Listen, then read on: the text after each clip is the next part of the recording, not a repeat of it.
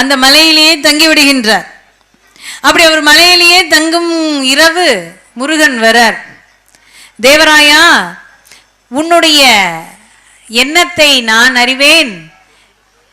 என்னை நாடி தேடி ஓடி வரும் பக்தர்களுடைய பிணிகளை எல்லாம் தீர்க்கக்கூடிய அரும் மருந்தாக தமிழிலே உன்னுடைய வரிகளை இயற்று அந்த வரிகளை நான் என்னுடைய மந்திர வரிகளாக மாற்றி அமைப்பேன்.